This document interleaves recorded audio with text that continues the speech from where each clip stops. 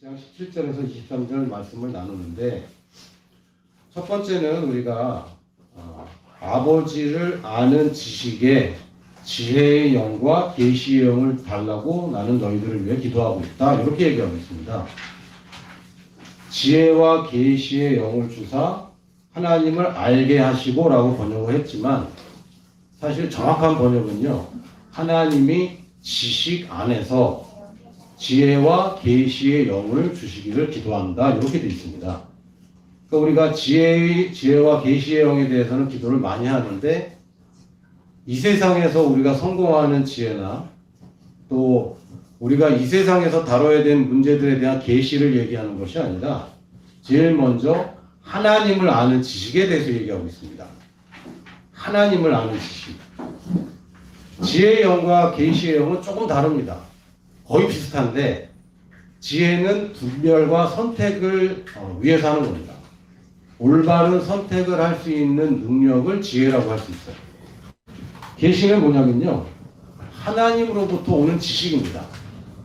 구약에서는 이것을 명철이라고 얘기했습니다. understanding. 그런데 사람이 공부하고 탐구하고 연구해서 얻는 그 이해나 명철이 아니라 하늘로부터 그냥 와버리는, 우리 영 안에 생기는 지식, 그냥 아는 거예요. 그냥 알게 되는 거.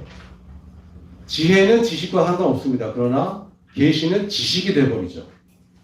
이 두 가지 분야가 우리에게 필요한 분야입니다. 어디에? 하나님을 알기 위해서. 우리가 누구인지 알기 위해서는 하나님이 어떤 분인지 알아야 됩니다. 그래야 우리가 누구인지 나옵니다. 하나님의 형상대로 창조되었고 하나님의 자녀가 된 우리들은 하나님을 모른 채 우리 자신이 누군지 알 방법이 없습니다. 제일 먼저 지혜와 계시의 영이 필요한 분야는 하나님을 아는 것입니다. 여기서 시작합니다. 가끔 가다가 믿음의 말씀 또는 이 복음, 어쨌든 간에 어떤 용어를 쓰든 간에 우리가 어쩔 때는 내가 누구인가에 너무 몰두한 나머지 누가 주인인지를 헷갈리는 경우도 사실 있습니다. 마치 나의 부유함이나 나의 건강을 위해서 하나님이 나를 도와주는 분으로만 인식을 한다면 이 뭔가 앞뒤가 안 맞는 거죠. 이런 경우에 사람들이 영어로 헬스 앤 웰스 복음이라고 비판을 합니다.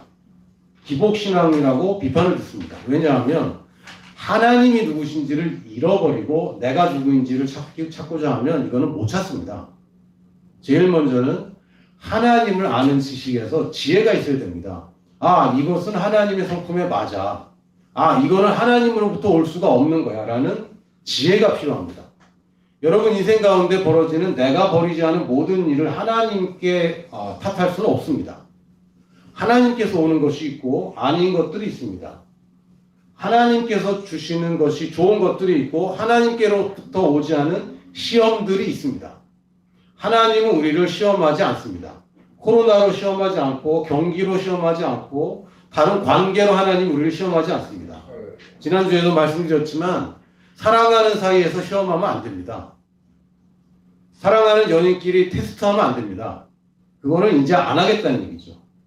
하나님이 우리를 테스트한다면 하나님은 우리와 사랑의 관계를 더 이상 유지하지 않겠다는 얘기입니다.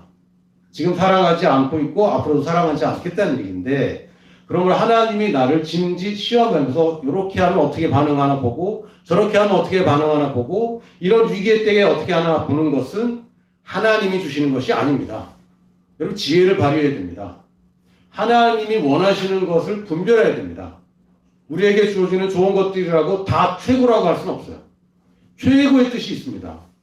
허락하신 뜻이 있고 좋은 뜻도 있습니다. 그러나 그 중에서 우리는 최고를 분별해야 됩니다. 그럼 하나님을 잘 알지 못하다면 이게 하나님으로부터 온 건지 아니면 내가 선택할 수 있는 최선인지 구별하기 어렵습니다.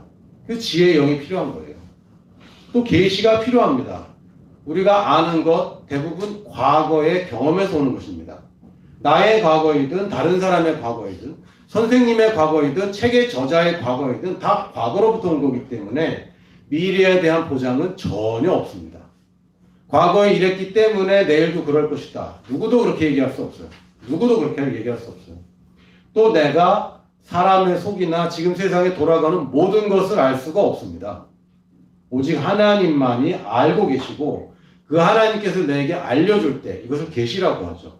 이 계시가 일어나면 내가 그냥 알게 됩니다.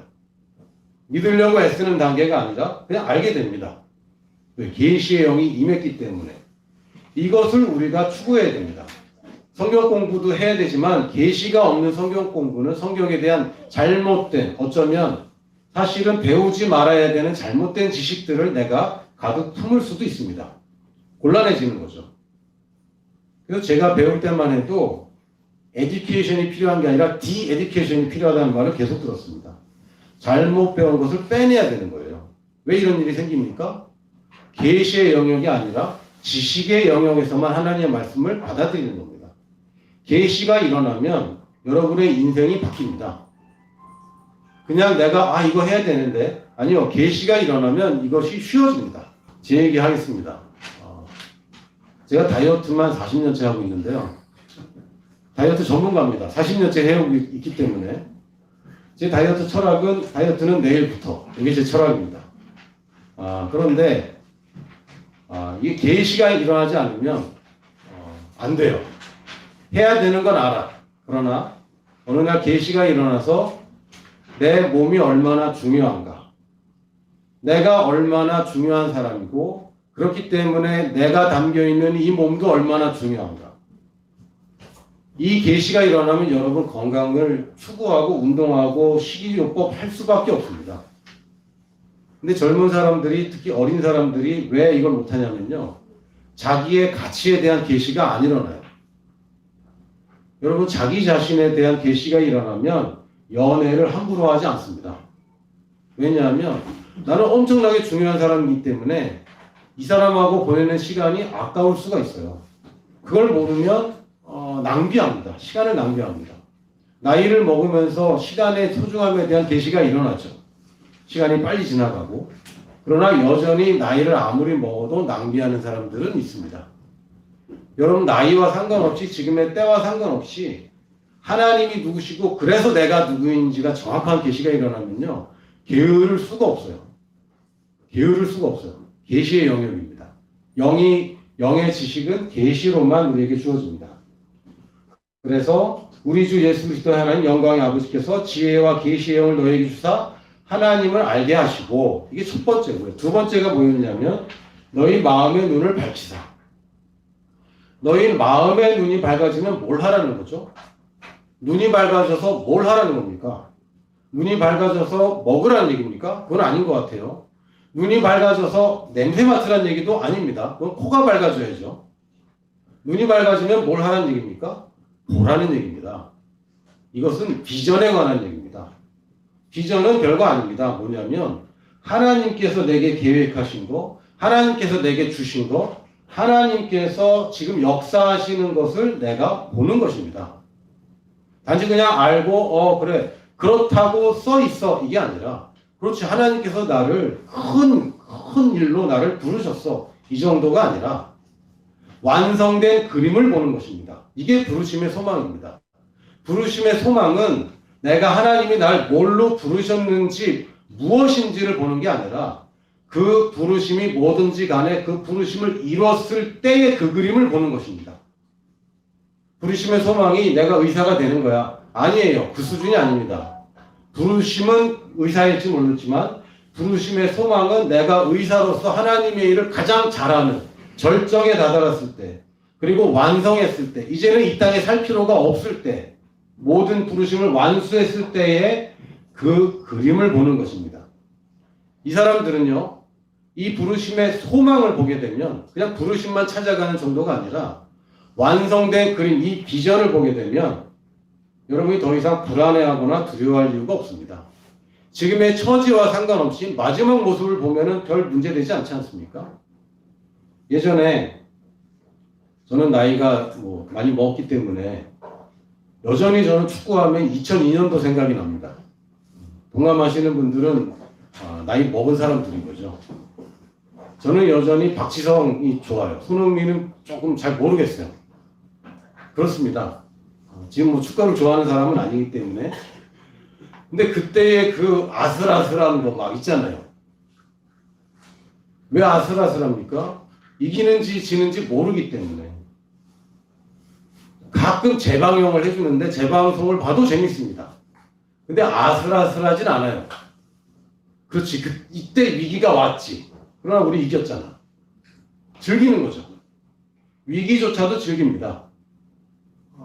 저는 영화를 보면 막 있잖아요. 막 무슨 영화더라 막 아슬아슬한 막 이런 영화 있잖아요. 그런 거 보면 그냥 재밌습니다. 근데 어떤 분은 어떻게 막 이러는 분들이 있죠. 무섭다 그러고 막 이러는. 우리는 결과를 알거든요. 주인공은 안 죽어. 주인공 안 죽어요. 죽기도 해요. 아이언맨은 결국 죽더라고요. 근데 어차피 사람은 다 죽는 거니까. 그러나 이기고 죽는 거지. 주인공은 안 죽습니다. 우리 그거 알잖아요. 부르심뿐만 아니라 부르심의 소망. 그 소망은 뭐냐면 기대. 즐거움으로 기대하는 것. 완성된 모습을 내 밝아진 영의 눈으로 보게 되면 이제 더 이상 우리에게 위기는 위기가 아닙니다. 즐기는 거죠. 게임은 재밌습니다. 왜냐하면 사실 저도 큰 문제 되지 않기 때문에 게임의 캐릭터가 죽어도 다시 살아나기 때문에 즐길 수 있습니다. 어려움이 있을 수 있고 고통이 있을 수 있어요. 그러나 내가 거기서 기뻐할 수 있는 것은 하나님이 날 불렀기 때문에 하나님이 불러서 뭔가를 시켰기 때문에 내가 그것을 하는 동안에는 절대 안 죽어요. 믿으시기 바랍니다. 네. 하나님 부르심 이루기 전에 내가 죽으면 누구 손해입니까? 하나님 손해죠. 하나님 손해 안 보십니다. 하나님 영리한 분이고 하나님 능력 있는 분이라서 절대 손해 보는 일을 안 하십니다. 어떤 학생하고 얘기를 했는데 자기는 비행기 타는 게 무서웠대요. 근데 제가 예전에 해준 얘기가 기억났다랍니다. 절대 안 죽는다. 부르심 이루기 전까지는 절대 안 죽는다. 네가 부르심을 따라가고 있다면 절대 안 죽는다. 걱정하지 말아라. 근데 부르심과 상관없이 산다면 사실 보장되지 않아요. 그러나 하나님의 부르심대로 가고 있다면, 부르신 그분의 뜻을 이루고 있다면 그 뜻 이루기까지 우리 이 땅에서 건강하게 사는 게 하나님께 이득입니다. 하나님께 오래 살게 해주세요라고 기도할 필요 없습니다. 왜? 하나님도 그걸 원하시기 때문에. 배고픈 사람에게 밥 먹어달라고 기도할 필요 없습니다. 밥 먹는 게 그 뜻이기 때문에 그냥 먹습니다. 하나님이 우리를 향한 부르심을 이루고 싶습니다. 사실은 나보다 더 많이. 여러분, 우리는 부르심을 이뤘을 때 그 모습을 봐야 됩니다. 그러기 위해서 내 하트, 심령의 눈이 밝아져야 돼요. 지금 어둡습니다. 어둡습니다. 미래를 볼 수 없기 때문에 어둡습니다. 다음 달에 어떻게 될지도 모르고 내년에 어떻게 될지도 몰라요. 이런 상황이 언제 끝날지 우리는 모릅니다. 그러나 그것은 육신의 눈인 것이고 이 영의 눈으로 보면 그러나 나에게는 이 상황과 상관없이 하나님 주신 부르심은 변함이 없습니다. 아멘? 네. 하나님이 상황이 안 좋으니까 네 부르심을 바꿔야 되겠다. 그럼 잘못 불렀지. 하나님 그런 분이 아닙니다. 이 상황과 상관없이 우리는 부르심의 소망을 유지할 수 있습니다. 또 하나는 성도 안에서 그 기업의 영광의 풍성함이 무엇이죠? 이거 이렇게 길어요. 근데 기업이라고 번역이 되어 있는데 실제로는 이건 유산이라는 뜻입니다. 그러니까 그 유산, 우리 성도에게, 목사에게 아닙니다. 선교사에게 아닙니다. 성도에게, 믿는 자에게, 누구든지 그러니까 특별한 부르심, 전임으로 모든 풀타임으로 오직 하나님의 일만 하는 그 부르심 말고 그냥 모든 성도에게 주시는 이 막대한 유산의 풍성함, 이걸 우리가 봐야 됩니다. 이걸 우리가 봐야 됩니다. 여러분에게 어마어마한 자산이 있는데도 불구하고 그 자산이 뭔지를 모르면 가난하게 삽니다. 그럴 수밖에 없어요. 내게 주어진 모든 혜택들이 뭔지를 모르면 그거 못 찾아가는 겁니다. 그러면 힘들게 살 수밖에 없어요. 우리가 봐야 됩니다. 이게 얼마나 막대한 부유함인지, 얼마나 커다란 풍성함인지 우리가 단지 알 게 아니라 봐야 됩니다. 내게 주어진 하나님의 유산. 유산의 특징이 있어요. 뭐냐면 잘해서 받는 거 아닙니다. 그냥 아버지 잘 만나서 이렇게 된 거죠. 하나님 잘 만난 덕분에, 예수님 잘 만난 덕분에 우리가 유산을 받게 된 겁니다. 그러나 저희 아버지 돌아가셨을 때도 보니까 유산을 찾는 건 자녀의 책임이더라고요. 누가 나한테 아버지 유산입니다 하고 갖다 주는 사람이 아무도 없어요. 아버지 이름으로 뭐가 등기되어 있는지, 아버지 이름으로 어떤 통장이 있었는지 이거를 내가 찾아야 됩니다. 이게 우리가 봐야 되는 거예요. 세 번째는 뭐냐면 그의 능력이 그의 힘의 위력으로 역사하심을 따라 믿는 우리에게 베푸신 능력의 지극히 크심. 또 기네요. 많은 사람들이 하나님의 능력이 지극히 크심을 자꾸 보려고 합니다. 근데 여기서 초점은 뭐냐면요. 믿는 우리에게 베푸심입니다. 하나님의 능력이 지극히 크다는 건 다 믿는다고 해요. 믿는 나에게 주어진 능력을 잘 안 믿을 뿐이지. 하나님이 창조한 건 믿습니다. 그런데 그것을 내가 지금 믿을 때에 믿는 우리에게 그 창조의 능력이 주어지는 것을 잘 안 믿을 뿐이죠. 우리가 봐야 되는 것은 믿음의 능력입니다. 그냥 하나님의 능력이 지극히 크시다. 아니요. 여기서 말하는 건 믿는 자에게 베푸신 능력이 얼마나 큰지를 보라고 했습니다. 하나님이 가지고 있는 그 능력이 아니라 믿는 자에게 그 능력이 풀어지는 것이 얼마나 큰지를 보라고 되어 있습니다. 이게 우리가 영의 눈이 밝아질 때 보게 되는 거예요. 여러분 이걸 보면요. 이 세상에서 더 이상 두려울 게 없는 거죠. 이게 우리입니다. 하나님을 정확히 알고 나서 우리가 무엇을 위해서 이 땅에 살고 있고 또 우리에게 이미 주어진 것이 무엇이고 그리고 우리가 발휘할 수 있는 것이 어떤 능력이 있는지를 여러분이 알게 되면 여러분은 이제 풍성한 삶을 누리게 되는 것입니다. 하나님께 도와달라고 요청하는 그런 그림이 아니라 하나님이 이미 하신 것들을 내가 알고 그것을 찾아서 내가 누리는 것입니다. 그러면서 20절에 보니까 그 능력이 어떤 능력이었냐면 그리스도 안에서 역사하사 죽은 자들 가운데서 다시 살리시고 하늘에 자기 오른편에 앉히사 모든 통치와 권세와 능력과 주권과 이 세상뿐 아니라 오는 세상에 일컫는 모든 이름에 뛰어나게 하시고 지금 그리스도 얘기를 합니다. 하나님이 누군지를 알아야 돼. 너는 이래. 근데 그리스도는 또 이래. 이러면서 그리스도의 위치를 얘기해 줍니다. 그리스도는 보좌 우편에 앉으셨습니다. 보좌 우편은 다스리는 자리입니다.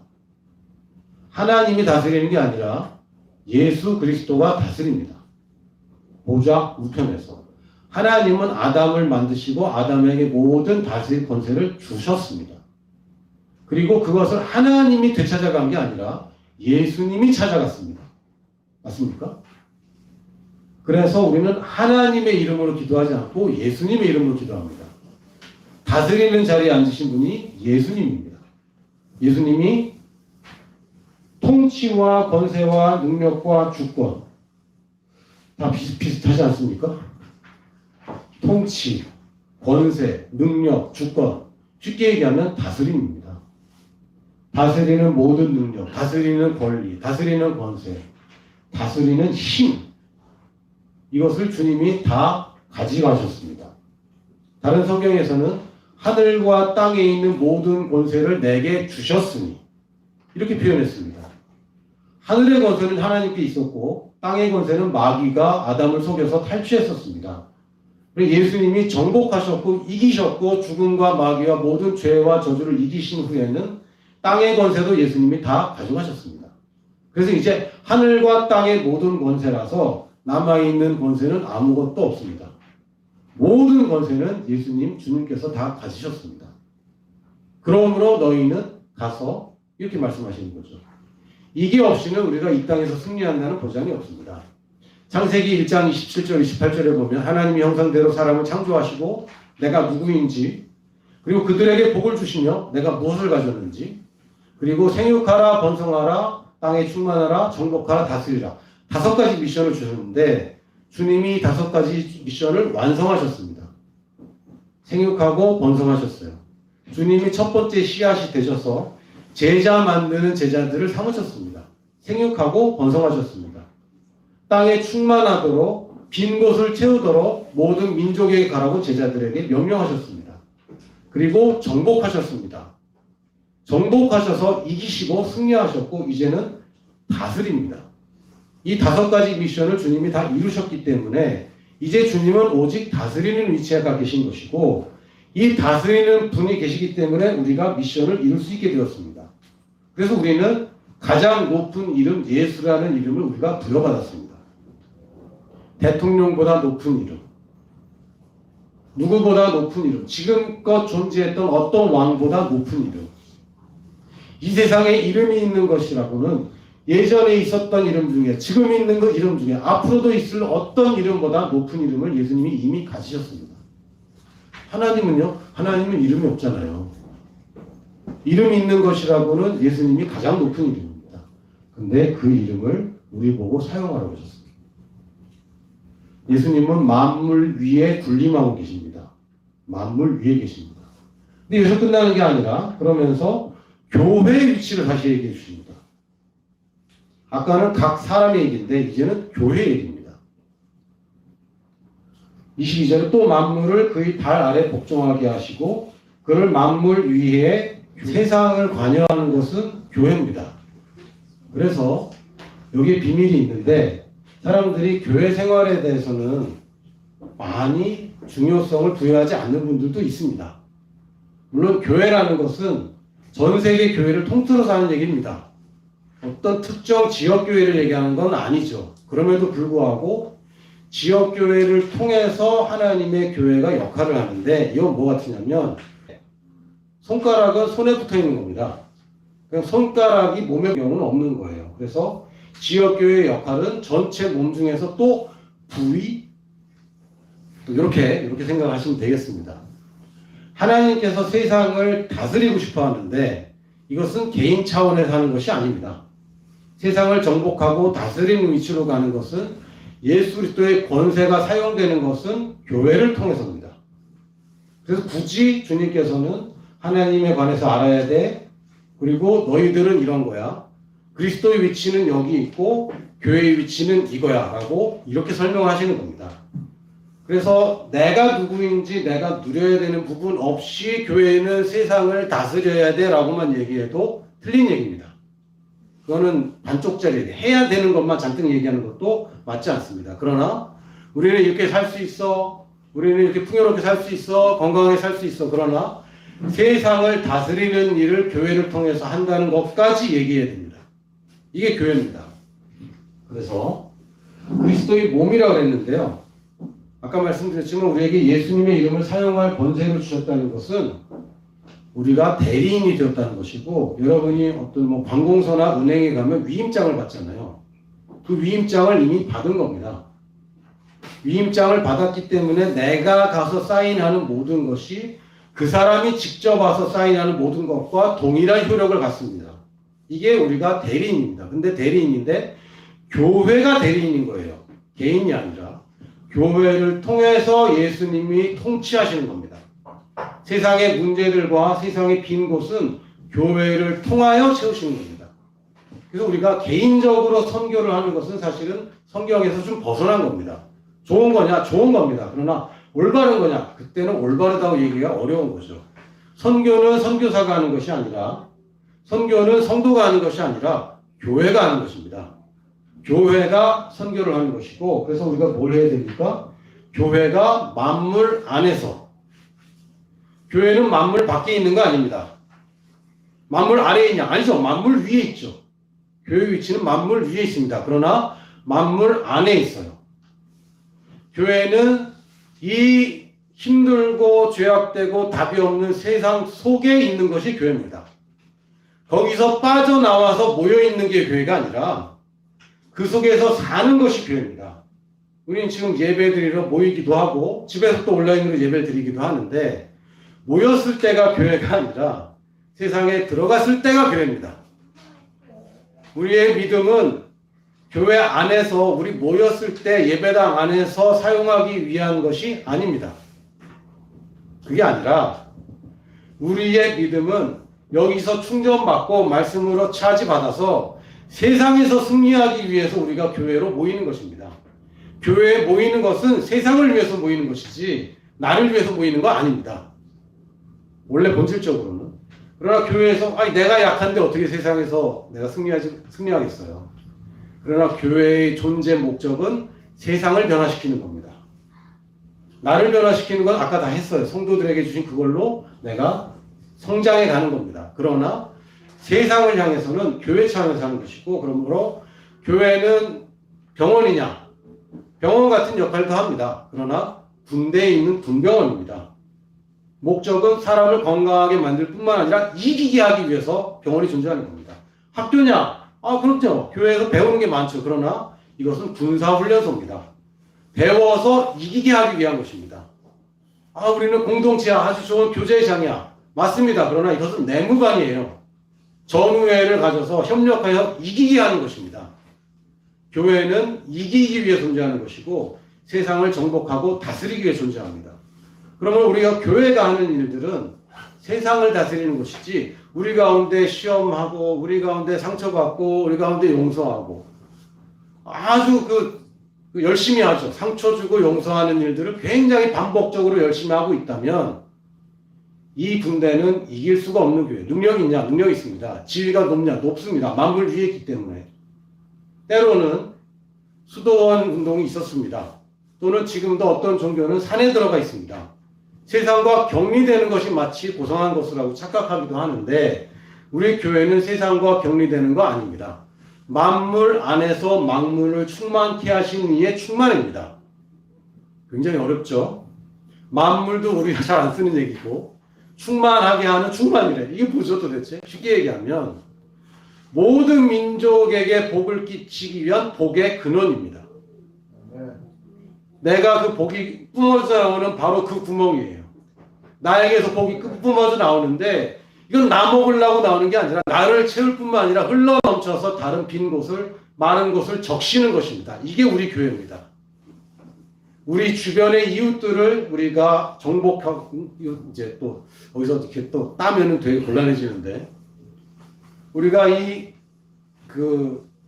우리가 만나는 주위의 사람들에게도 우리가 복을 흘려보낼 뿐만 아니라 모든 민족에게까지 빈 곳을 채워주는 역할을 하는 것이 우리 교회의 역할입니다.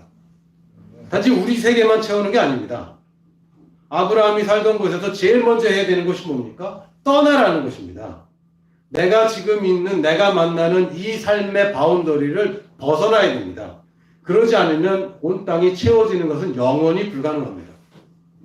내 이웃에게, 맞습니다. 그러나 그것을 넘어서는 것까지 해야 이 땅을 충만하게 합니다. 충만하게 하는 것은 높이 쌓고 더 갖고 그냥 눌러서 담는, 이게 충만이 아니라 빈 곳이 없도록 채우는 것이 충만입니다. 빈 곳이 없도록. 우리에게 이제 교통의 발전에 은혜가 있고, 통신의 발전에 은혜가 있고, 미디어의 은혜가 있고, 이제는 어느 나라든 어느 구석이든 우리가 보낼 수 있게 되었습니다. 그러므로 우리는 역사 이래로 마지막 때를 만날 수 있는, 그걸 가시적으로 볼 수 있는 시대가 됐어요. 그럼 피부로 많이 느끼시잖아요. 이거 끝나는 거 아니야? 이거 지금까지 역사 이래로 이런 적이 없는데 점점 이렇게 되는 거 아니야? 그런 시대입니다. 왜요?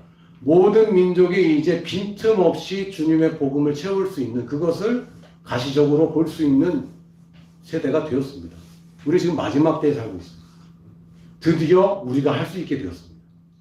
우리 선진들은 이거 꿈을 못 꿨습니다. 해야 된다는 건 알지만 꿈을 볼 수가 없었어요. 그러나 이제는 우리가 보게 되었어요.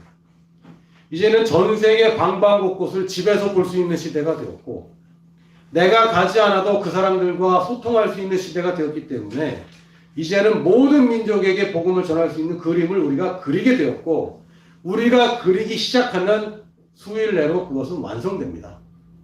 완성됩니다. 이게 하나님이 우리에게 주신 창조의 능력입니다. 보면 갖게 됩니다. 누군가가 먼저 줄 베른이 달에 가는 소설을 썼습니다. 영화를 만들었고 사람들이 달에 가는 것을 많은 사람들이 그리기 시작했어요. 그리고 결국 인류는 달에까지 갔습니다. 그리고 달에 가면은 무슨 의미가 있죠? 모르겠습니다. 그게 어떤 또 좋은 일들이 있는지 모르겠지만 저는 사실 달에 간다고 해도 크게 뭐 달라질 것 같지는 않아요. 그러나 하나님이 주신 가장 궁극적인 부르심, 모든 민족에게 복음을 증거하는 것, 이걸 우리가 그릴 수 있게 됐다고요. 이제 우리 교회는, 이 시대의 교회는, 특별히 우리 보내는 교회는 이 빈 곳을 채우는 것이 우리의 사명으로 받아들이는 겁니다. 그러나 우리가 가진 것을 다 내놓고 희생적으로 하는 거, 아니요. 그렇게 얘기하면 안 된다고요. 내가 채워져서 넘치는 것이지 내가 있는 걸 다 퍼주는 것은 성경적인 그림이 아닙니다. 아닙니다. 채워서 안 퍼주는 것도 문제고 안 채워졌는데 퍼주는 것도 문제입니다. 우리는 채워주고 넘치게 하고 채워주고 퍼주고 이게 우리 교회의 모습입니다. 여러분은 채워줘야 됩니다. 개인적으로 채워줘야 됩니다. 그러나 우리 교회는 퍼줘야 됩니다. 퍼줄 뿐만 아니라 보내야 됩니다. 그래서 우리는 blessing itself라고 할 수 있고요. fullness itself라고 부를 수 있습니다. 우리는 충만 그 자체야. 근데 어떻게 안 충만할 수가 있어요? 그건 불가능합니다. 오늘 이제 충전 문제로 여러 문제가 있었는데 전압이 높고 전량이 많아야 이게 충전이 되는 겁니다. 남을 충전하기 위해서 우리는 충전합니다. 우리 살기 위해서 충전하는 거 아닙니다. 여러분 복을 찾기 위해서 예배당에 모이고 교회로서 하나로 뭉치는 게 아닙니다. 세상을 이기기 위해서 우리가 이 교회에 모이는 것입니다. 교회는 승리의 비결이고 여러분이 교회에 대한 가치를 정립하시길 바랍니다. 그러면 여러분 세상에 승리하는데 훨씬 유리해집니다. 훨씬 유리해집니다. 왜요? 내가 군대가 되기 때문에.